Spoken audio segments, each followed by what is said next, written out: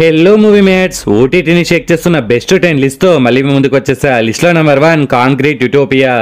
తెలుగులో కూడా అవైలబుల్గా ఉందండి. ఒక సిటీలో పెద్ద భూకంపం వచ్చి ఆ సిటీ మొత్తం కల్లలం అయిపోతుంది. బిల్డింగ్స్ అన్ని సర్వనాశనం అయిపోతాయి. కానీ ఒక బాహుబలి లాంటి అపార్ట్మెంట్ మాత్రం అలాగే ఉంటుంది.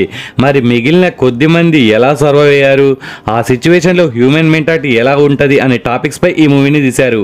మీరు నెట్ఫ్లిక్స్లో ఉన్న బ్యాడ్ ల్యాండ్ హంటర్స్ మూవీ చూసారా? అది కూడా తెలుగులో ఉందండి. ఈ రెండు మూవీస్ కి కనెక్షన్ ఉంటది. అంటే ఒకటి ప్రీక్వెల్, ఇంకోటి సీక్వెల్. సో ఈ రెండు మూవీస్ ని మీరు ఇంతవరకు చూడకపోతే ఒకసారి చూసేయండి. మరి ఈ మూవీని ఫ్యామిలీతో కలిసి చూడొచ్చా అంటే ఎస్ చూడొచ్చు, నో ప్రాబ్లం.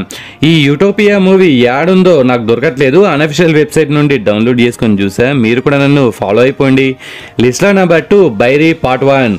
తెలుగులో కూడా అవైలబుల్గా ఉందండి. పావురానికి పంజరానికి ముళ్ళు కట్టే మూడ లోకం అన్నట్టుగా ఈ మూవీ మొత్తం పావురాల పందాలతో అల్లిన ఒక యాక్షన్ డ్రామా. యాక్చువల్లీ ఈ మూవీ లాస్ట్ మంతే రిలీజ్ అయింది. కానీ దీని ట్రైలర్ చూసి మరొక ధనుష్ మారే మూవీలా ఉంటుందని ఇన్ని రోజులు చూడలేదు. ఇక రీసెంట్గా చూసా, నాకైతే చాలా బాగా నచ్చింది. అంతా రౌడీలు గూండాలతో నిండిన ఈ మాస్ తమిళ్ మూవీ ఎక్కడ బోర్ కొట్టకుండా అదిరిపోయే గ్రిప్పింగ్ స్క్రీన్ ప్లేతో అదరగొట్టారు.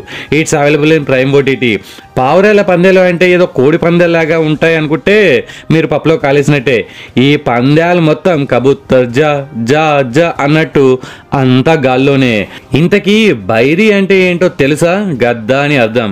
అదేంటి పావురాల సినిమాకి గద్ద పేరు ఎందుకు పెట్టారు అని తెలియాలంటే మీరు ఈ మూవీని చూడక తప్పదు. చాలా డేస్ తర్వాత ఒక డిఫరెంట్ ఎక్స్పీరియన్స్ ఇచ్చే మూవీని చూసా అనే ఫీలింగ్ మనందరికీ కలుగుతుంది. So don't miss it. మరి ఈ మూవీని ఫ్యామిలీతో కలిసి చూడొచ్చా అంటే ఎస్ చూడొచ్చు, నో ప్రాబ్లం. లిస్ట్లో నెంబర్ 3 టెనెంట్ తెలుగు. ఈ మూవీని థియేటర్స్లో అయితే నేను అస్సలు రికమెండ్ చేసేవాడిని కాదు. బట్ ఓటీటీనే కాబట్టి టైం పాస్ కోసం ఒకసారి ట్రై చేయొచ్చు. ఇదొక murder mystery thriller. Gautam alias Satyam Rajesh మరదలు సంధ్య చనిపోతుంది. మరి సంధ్యని గౌతమ్ ఎందుకు చంపాడు? ఇంకో పక్క బిల్డింగ్ పై నుండి దూకి రిషి శ్రావణి సూసైడ్. అసలు 2 పేర్స్ జీవితాలు ఎలా నాశనం అయ్యాయి అనేదే plot. It's available in Prime OTT. ఈ మూవీకి మెయిన్ డ్రాబ్యాక్ స్క్రీన్ ప్లే స్లోగా ఉండడం. అది లైట్ తీసుకుంటే ఈ మెసేజ్ ఓరియంటెడ్ కాన్సెప్ట్ మూవీని కొన్ని ఎమోషన్స్ కోసం ప్లస్ అందులోనూ తెలుగు స్ట్రైట్ మూవీ కాబట్టి ఒక్కసారి చూడొచ్చు. మరి ఈ మూవీని ఫ్యామిలీతో కలిసి చూడొచ్చా అంటే నో, చూడకూడదు. లిస్ట్లో నెంబర్ 4 నాడు. తెలుగులో కూడా అవైలబుల్గా ఉందండి. Wow, what a heart touching movie మావా ఇది.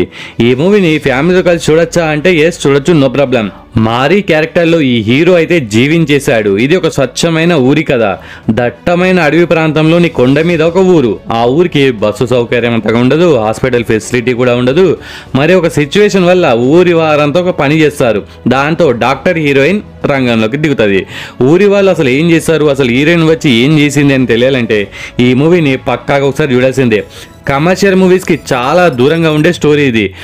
కొన్ని సీన్స్ అయితే అయ్య బాబోయ్ వీళ్ళ లైఫ్ ఇలా ఉంటుందా పాపం అనేలా మన గుండె బరువెక్కుతుంది. It's available in Prime OTT. Movie అయితే ఎక్కడ బోర్ కొట్టకుండా చాలా నీట్గా అలా వెళ్ళిపోతుంది. సో ఒకసారి చూసేయండి. లిస్ట్లో నెంబర్ 5 స్టార్. తెలుగులో కూడా అవైలబుల్గా ఉందండి. థియేటర్స్లో ఏమో కానీ ఓటీటీలో మాత్రం పక్కాగా చూడాల్సిన మూవీ ఇది.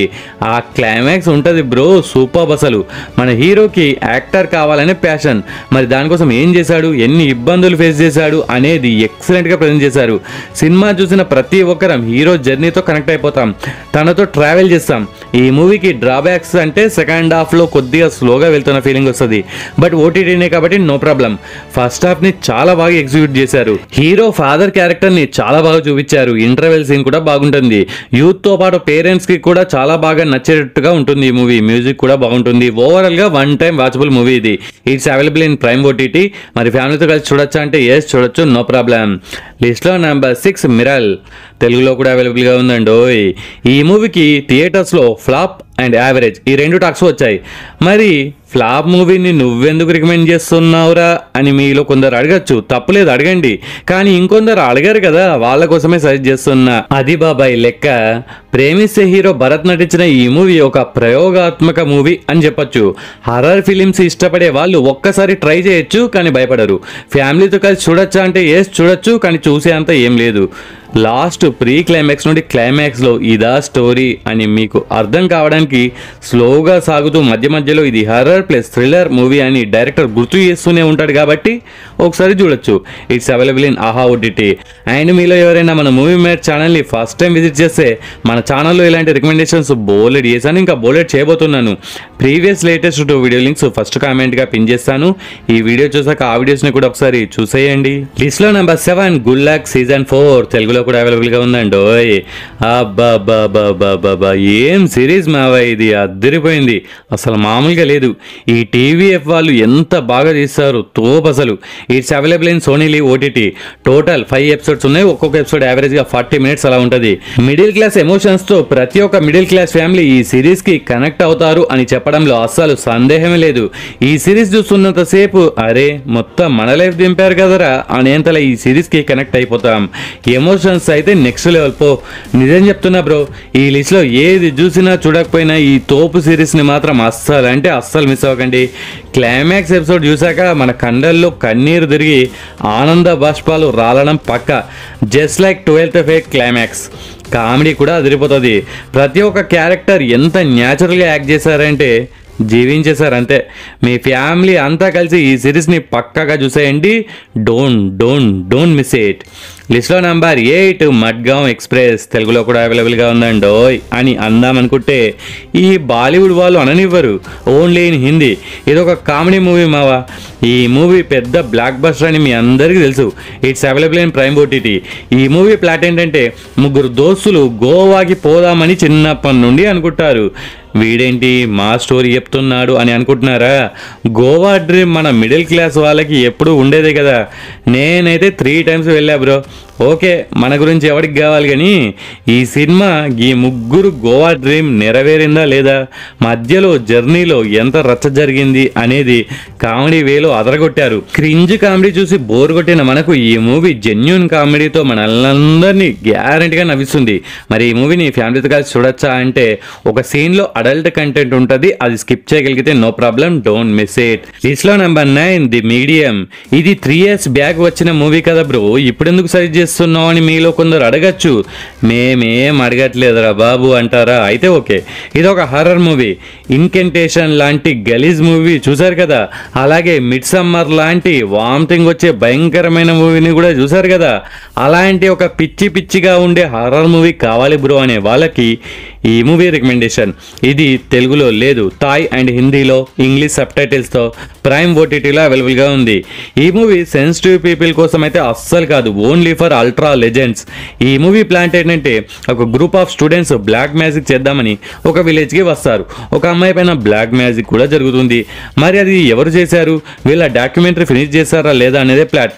ఈ మూవీని మీ ఫ్యామిలీతో కలిసి చూడొచ్చా అంటే nudity plus horror scenes plus రకరకాలుగా ఉంది, మాస్టారు అనే టైప్లో ఉంటుంది కాబట్టి అస్సలు చూడకూడదు, డోంట్ మిస్ ఇట్. లిస్ట్లో నెంబర్ 10 మేఘన్ 2023. ఈ మూవీ రీసెంట్గా నెట్ఫ్లిక్స్లో యాడ్ అవ్వడం వల్ల టాప్ 10 ప్లేస్లో ఈ మూవీ ఒకటిగా నెట్ఫ్లిక్స్ని షేక్ చేస్తుంది.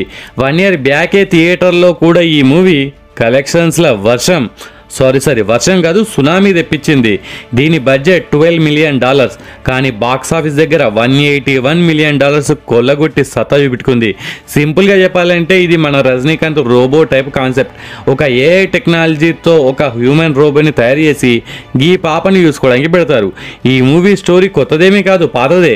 మరి ఎందుకు ఈ మూవీ ఇంత పాపులర్ అంటే just because of presentation of the movie and ఆ డాల్ కూడా క్యూట్గా ప్లస్ భయంకరంగా ఉంటుంది.